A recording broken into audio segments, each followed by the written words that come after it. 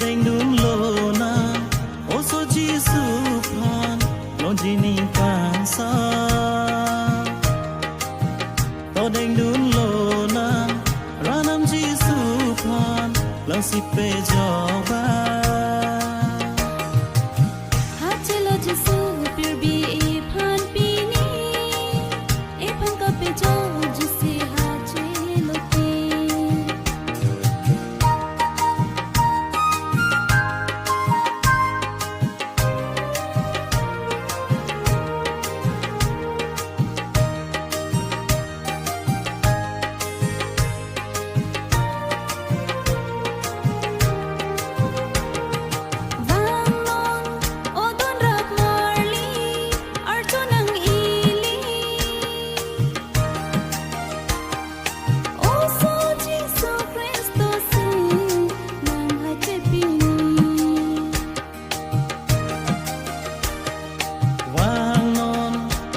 Pojir pi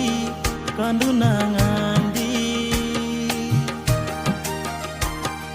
ceng muri pongsi arti tidunangan di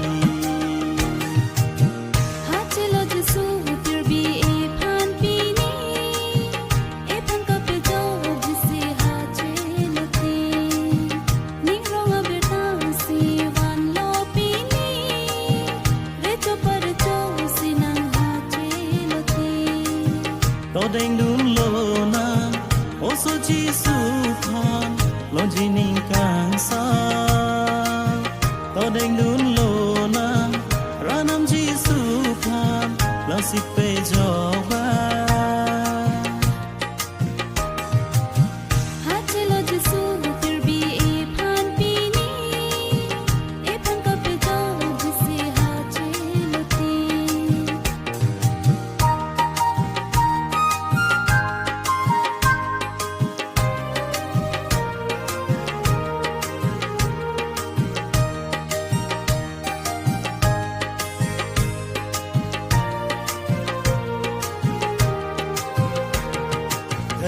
ke